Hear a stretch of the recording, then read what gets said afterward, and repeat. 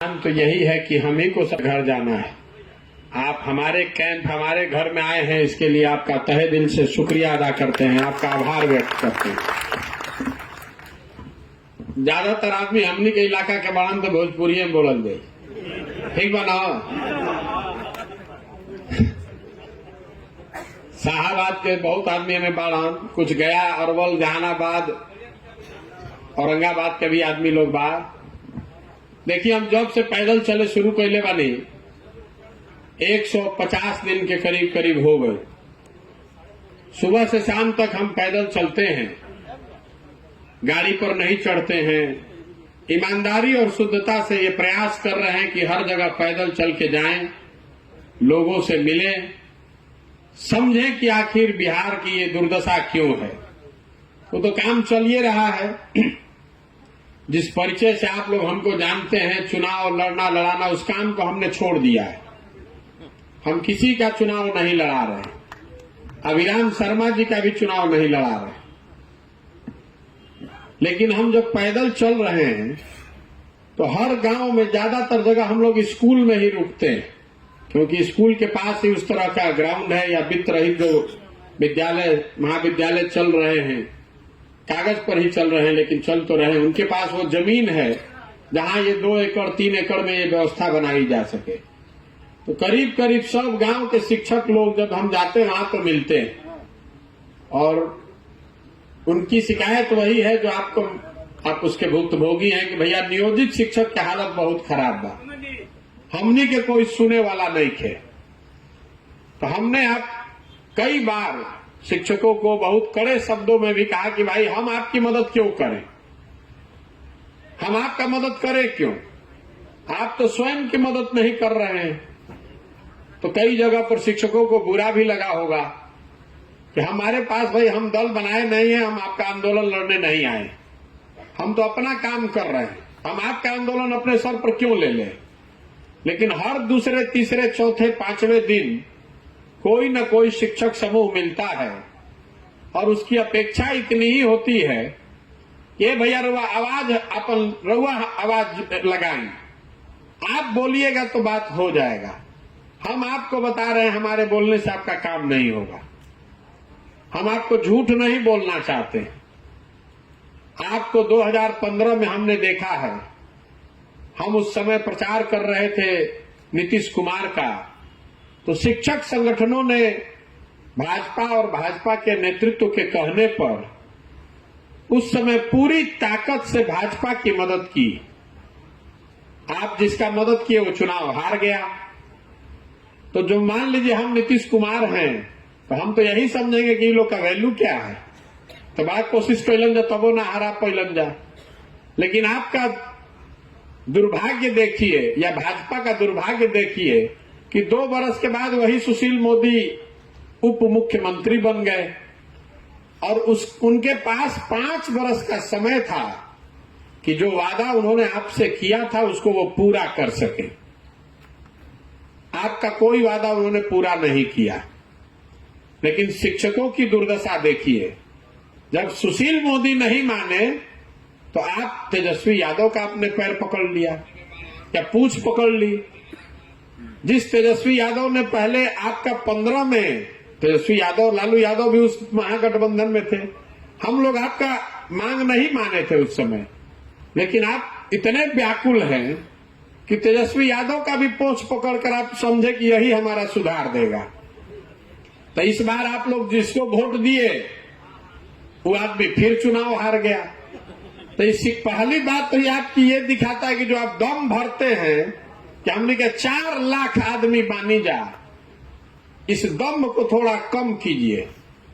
आप किसी को चुनाव हरा जिता नहीं सकते। आपको हम डिमोरलाइज नहीं कर रहे हैं, हमारा अपना चुनाव लड़ने का तरीका है।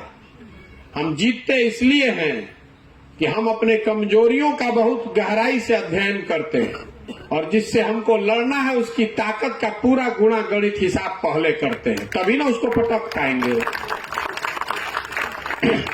रउआ सब में से कुछ आदमी बंगाल में हमारे वो वक्तव्य सुनले हुई चुनाव से पहले खेला हो गए ना, हमने कहा चुनाव के 4 दिन पहले कि भाजपा यहां पर बहुत ताकत से लड़ रही है, मोदी जी बहुत लोकप्रिय हैं, सारा हिंदी भाषी लोग भाजपा को वोट दे रहा है, बहुत ज्यादा पोलराइजेशन भी है और दलित भी एक सिरे से वोट दे रहा है भाजपा को।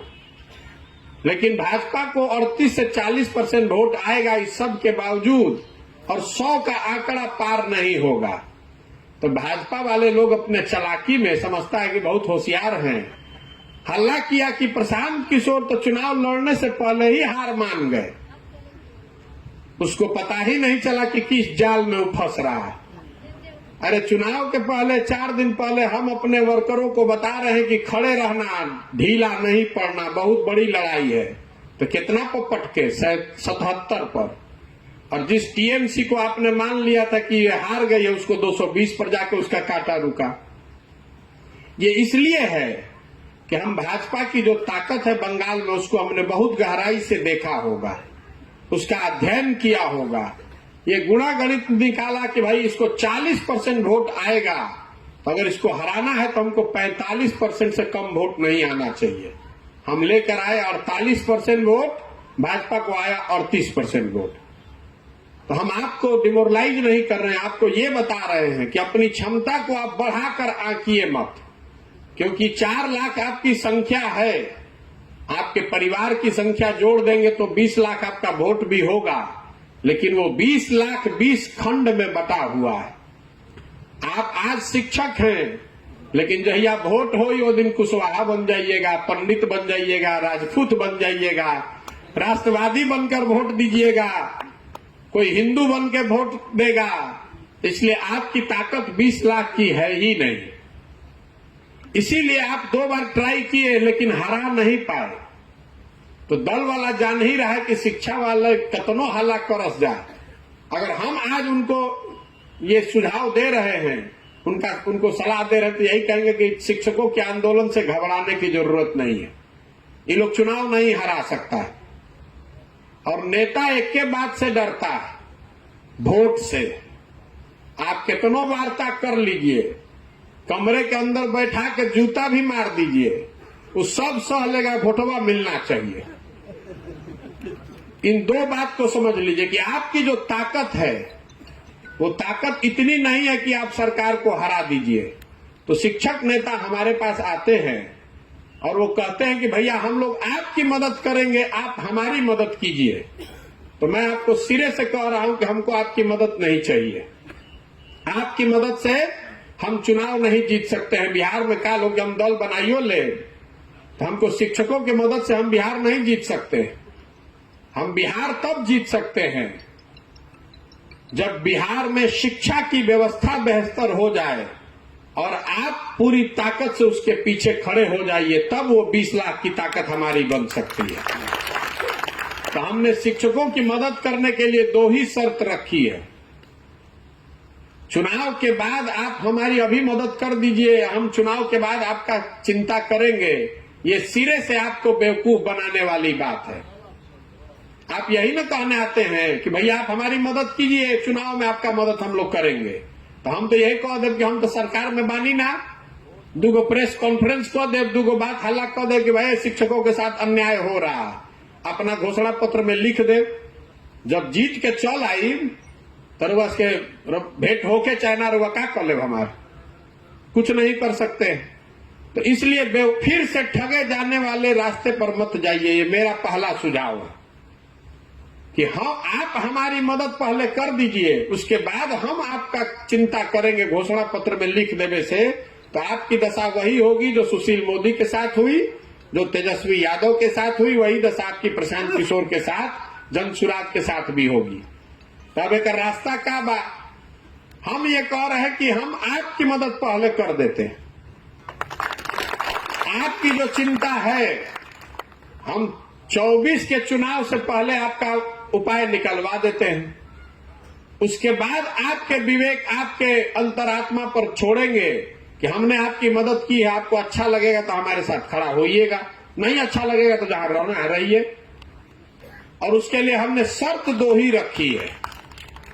हमने शर्त 2 रखी है एक तो आप शिक्षक समुदाय के तौर पर एक होइए। अभी आपका 19 गो संगठन है अलग अलग, ऐसा नहीं है कि सब शिक्षक 19 अपने दम पर है। हम इतना दिन से राजनीति देखे हैं बहुत नजदीक से।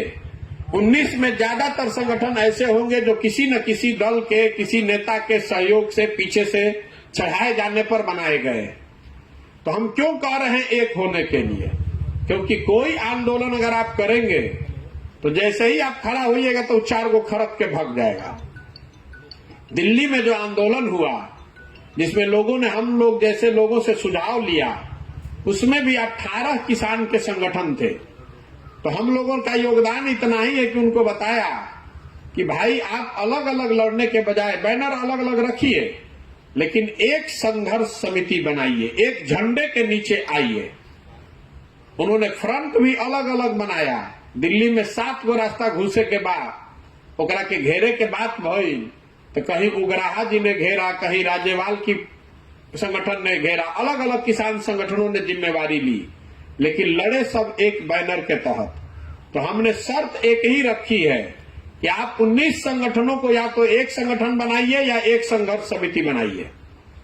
और दूसरी बात, आंदोलन किस मुद्दे पर होगा वो हम डिसाइड करेंगे, आप नहीं कीजिएगा। आपको अपने वेतनमान से न मतलब है, आपको गैर शैक्षणिक कार्य से हटने से मतलब है, आपको इससे मतलब है कि आपका सर्विस कंडीशन सुधर जाए। वो जिम्मा हम पर छोड़िए, लेकिन आंदोलन कैसे होगा उसको वो हम डिजाइन करते हैं। आपको शरीर से ये खड़ा होना है कि आप 4 लाख लोग एक साथ हैं, तो आप लोग ये तय कर लीजिए और वो 19 संगठनों को एक साथ बैठा दीजिए और हमको 9 महीने का समय दे दीजिए।